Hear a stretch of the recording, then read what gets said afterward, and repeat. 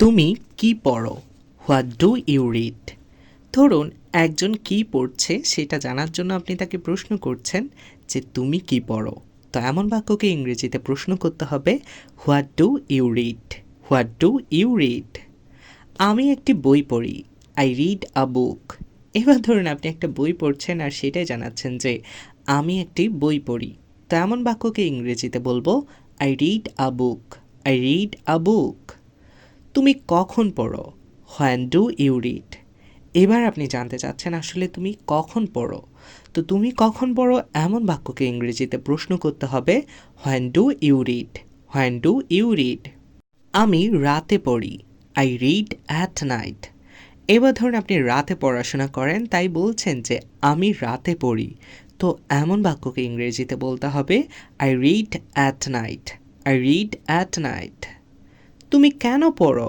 Why do you read? এবার আপনি একজনকে প্রশ্ন করছেন যে তুমি কেন পড়ো। আসলেই তো কেন পড়াশোনা করো তুমি, সেটা কিন্তু কমেন্ট করে জানাতে ভুলবে না। তো তুমি কেন পড়ো এমন বাক্যকে ইংরেজিতে বলতে হবে why do you read? Why do you read? কারণ আমি শিখতে চাই। Because I want to learn. এবার ধরুন আপনি বলছেন যে কারণ আমি শিখতে চাই। আসলেই তো আমরা কিন্তু পড়াশোনা করি শেখার জন্য। তো কারণ আমি শিখতে চাই এমন বাক্যকে ইংরেজিতে বলবো because I want to learn. Because I want to learn. তুমি কিভাবে কাজটি করো? How do you do the work? এবার ধরুন একজনকে আপনি প্রশ্ন করছেন যে তুমি যে কাজটা করো তো তুমি কিভাবে কাজটি করো। এমন বাক্যকে ইংরেজিতে প্রশ্ন করতে হবে how do you do the work? How do you do the work? আমি কঠোর পরিশ্রমের মাধ্যমে কাজটি করি। I do the work by hard working. এবার ধরুন আপনি বলছেন যে আমি কাজটা আসলে কঠোর পরিশ্রমের মাধ্যমে করি। তো আমি কঠোর পরিশ্রমের মাধ্যমে কাজটি করি এমন বাক্যকে ইংরেজিতে বলবো I do the work by hard working. I do the work by hard working. সে কিভাবে আসে? How does he come? এবার ধরুন একজন কিভাবে আসে সেটা জানার জন্য আপনি প্রশ্ন করছেন সে কিভাবে আসে। তো এমন বাক্যকে ইংরেজিতে বলবো how does he come? How does he come? আপনি যদি সত্যি ইংরেজিতে কথা বলতে চান তাহলে কিন্তু আমার ক্লাসগুলো মনোযোগ দিয়ে করবেন। আর আমার চ্যানেলটিতে প্রথম এসে থাকলে অবশ্যই সাবস্ক্রাইব করবেন। এবার যাওয়া যাক পরবর্তী বাক্যে। সে পায়ে হেঁটে আসে। He comes on foot.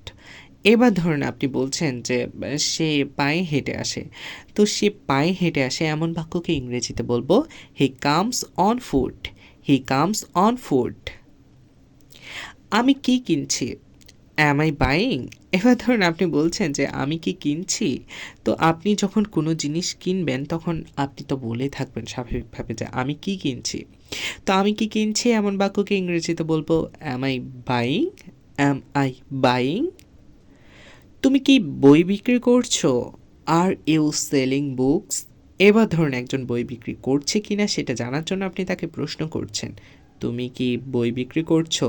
তা এমন বাক্যকে ইংরেজিতে প্রশ্ন করতে হবে are you selling books? Are you selling books? তো বুকসের জায়গায় কিন্তু যে জিনিসটা বিক্রি করছে সেটা বসিয়ে দিয়ে আপনি অনেকগুলো সেন্টেন্স তৈরি করতে পারেন খুব সহজেই। তুমি কি ব্যবসা শুরু করছো? Are you starting business? এবার ধরুন একজন ব্যবসা শুরু করতে চাচ্ছে আর তাই আপনি তাকে প্রশ্ন করছেন তুমি কি ব্যবসা শুরু করছো। তেমন বাক্যকে ইংরেজিতে প্রশ্ন করতে হবে are you starting business? Are you starting business? সে কি মোবাইল ফোন ব্যবহার করছে? Is she or he using mobile phone? এবার ধরুন কেউ একজন মোবাইল ফোন ব্যবহার করছে কিনা সেটা জানার জন্য আপনি প্রশ্ন করছেন সে কি মোবাইল ফোন ব্যবহার করছে। তো এমন বাক্যকে আমরা ইংরেজিতে বলবো is she or he using mobile phone? Is she or he using mobile phone? এখানে শি অর হি বলার কারণ হচ্ছে যখন কোনো মেয়ে সম্পর্কে আমরা বলবো তখন শি দিয়ে বলবো is she using mobile phone. যখন কোনো ছেলের সম্পর্কে বলবো তখন আমরা বলবো is he using mobile phone. তুমি কি মশা মারছো না? Aren't you killing mosquito? এবার ধরুন একজন মশা মারছে কিনা সেটা জানার জন্য আপনি তাকে প্রশ্ন করছেন তুমি কি মশা মারছো না। আসলে এখন যে মশা হয়েছে তো তুমি কি মশা মারছো না এটা কিন্তু খুবই একটা গুরুত্বপূর্ণ বাক্য। তো এমন বাক্যকে ইংরেজিতে বলবো aren't you killing mosquito, aren't you killing mosquito. তুমি কি আমাকে টাকা দিচ্ছ না?